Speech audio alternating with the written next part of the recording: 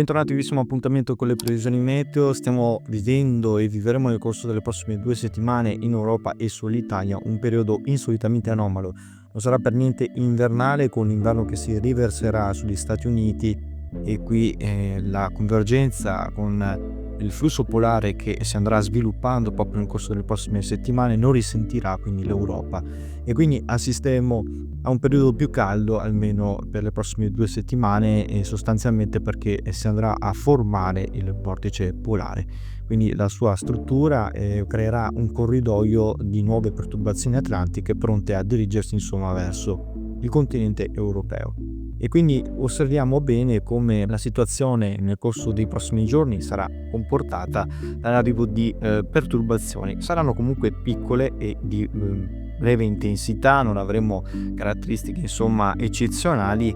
Avremo insomma nella giornata di martedì appunto all'attivazione di questo sistema instabile che, dopo aver agito sul nord e sul comparto Ligure e sull'Alta Toscana, si andrà a sviluppare soprattutto sul Lazio, sulla Campania, soprattutto sulle aree costiere. Avremo anche dei temporali e rovesci invece sul resto del centro. Quota neve ovviamente molto elevata, addirittura ben oltre i 2000 metri sull'Appennino. La stabilità prevalente almeno al nord, sono qualche goccia di pioggia al nord-est, e stabilità invece per quanto riguarda la Sicilia e anche la Sardegna in parte. Comunque gran parte dell'Italia vivrà un cielo in prevalenza molto nuvoloso coperto, quando poi, come vedete, nella giornata di mercoledì si andrà a sviluppare un nuovo minimo depressionario molto più piccolo, questa volta sulla Sardegna, che porterà insomma una giornata di mercoledì dalle caratteristiche autunnali. Avremo soprattutto la concentrazione di qualche fenomeno seppur scarso sul Piemonte, sulle Alpi occidentali, ma quota neve ben oltre i 1300 metri. Invece al sud avremo rovesci anche intermittenti con temporali soprattutto sulla Sardegna, mentre avremo una giornata che si concluderà con l'arrivo da sud di nuovi rovesci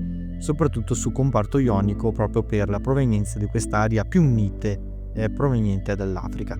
E questo porterà quindi un nuovo rialzo delle temperature. Come vedete, le temperature saranno in brusco rialzo dappertutto, soprattutto al nord. Come vedete saremo sopra la media, quindi picchi anche di 12 gradi soprattutto al nord-est, mentre altrove saremo più o meno nella media col periodo, con picchi comunque di 17 gradi solamente sulla Sicilia.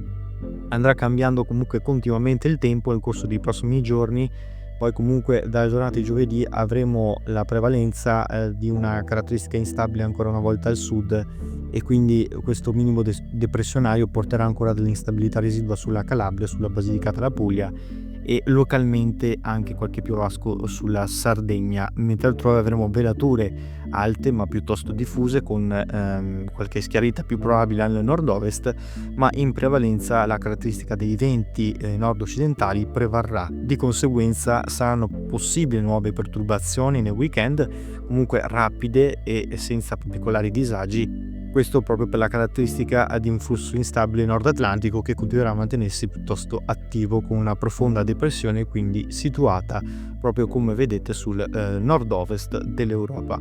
E questa è la caratteristica fondamentale che prevarrà almeno fino all'8 del mese, e non si intravedono quindi ondate fredde che saranno più relegate sulla Islanda, pensate. Quindi queste le condizioni meteorologiche che stiamo vivendo nel corso di questi giorni.